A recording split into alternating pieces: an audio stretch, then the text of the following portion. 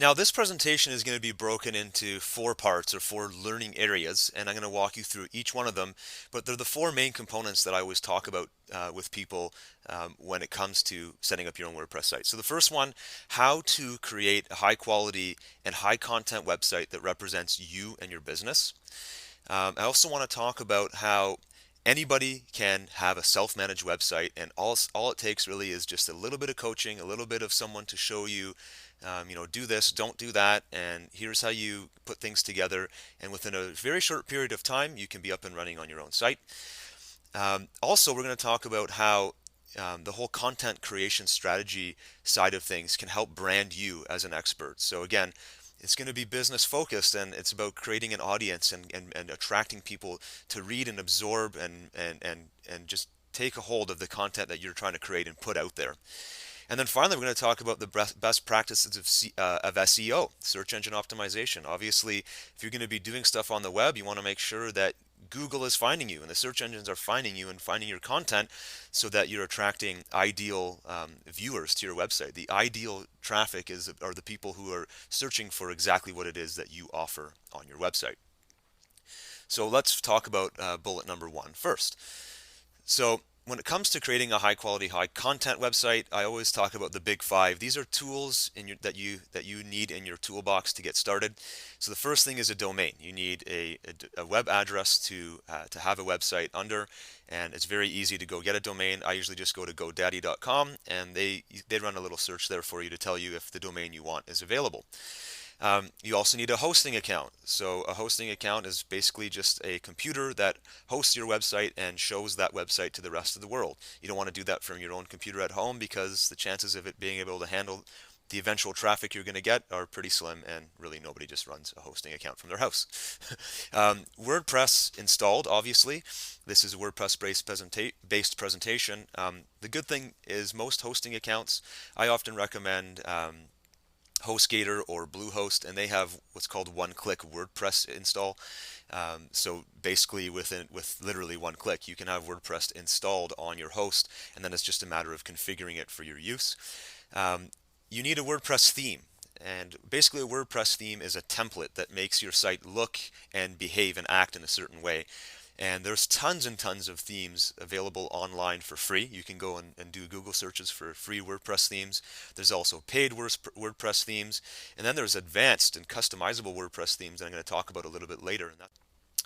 And then you need, one of the tools you're definitely going to need in your toolbox is some kind of coaching or guidance from somebody who's already been there before. I remember, again, I've already mentioned once that I have a technical background, and it's true, I've done a lot of technical stuff in my career, but when I first moved to WordPress, I needed somebody to sit down and show me kind of the basics. And once I had that, it was very quick to get up and running. So as long as you have sort of that mentorship aspect, you'll be just fine.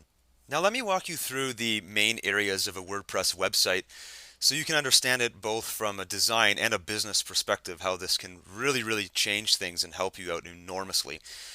First of all, let's go through the different sections here. The first thing is your theme or your template. So every single WordPress website is based on a theme. The theme determines basically the way things are going to look and the way things will be structured on your website. Some themes are very simple with hardly anything, and it could be basically just a white background with text if you really want to narrow it down, or it can get very complex with lots of design. You could even embed flash and lots of really fancy graphics.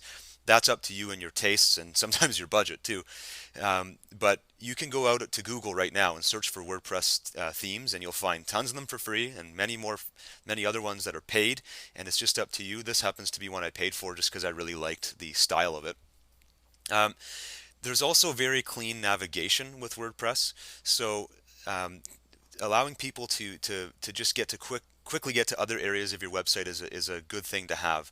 You don't necessarily want to confuse people and send them to some random post, a random page with an article written on it. Make your navigation clean, and WordPress makes it very simple to do. So at my site here, you can see I've got an about page and a contact page and a place where you can go get articles, another place where you can look at my products and services. It's all very easy for my visitors to find. You can also quite simply insert cool graphics and images. This example I have here is a plugin that I use to link a picture to an article that I've written. So I really like that plugin, but it's just one example of how WordPress allows you to plug things in, especially things like imagery that will make things pop and really capture your user's attention. And from a business perspective, I mean, think about it. If you have a really cool product and some good photos of it, that might be the first thing people want to see, or that you want to publicize on the homepage or on any page of your website. There's also a customizable sidebar that comes with pretty much every WordPress theme. There are some where there is no sidebar, or there's in cases you can remove the sidebar. But for the most part, this is how you'll see a WordPress website structured. In some cases, there'll be a sidebar on the left, and sometimes there's even two of them. I like sidebars because no matter where I go on this website as a viewer, as a visitor, the sidebar remains consistent. Now, when you talk about building a high quality website that represents your business, here is an opportunity to take advantage of capturing the attention of potential buyers and prospects for your specific product or service. So on my example here, I've got a little ad for a book, an ebook that I actually give away, and I use that giveaway to build my mailing list. And it's my mailing list that I send my content to, and it's also those people who ultimately end up looking at my offers, and some of them become customers. So it's a really great way of creating a system that you can meet potential buyers. And again, that's what we're ultimately trying to do here.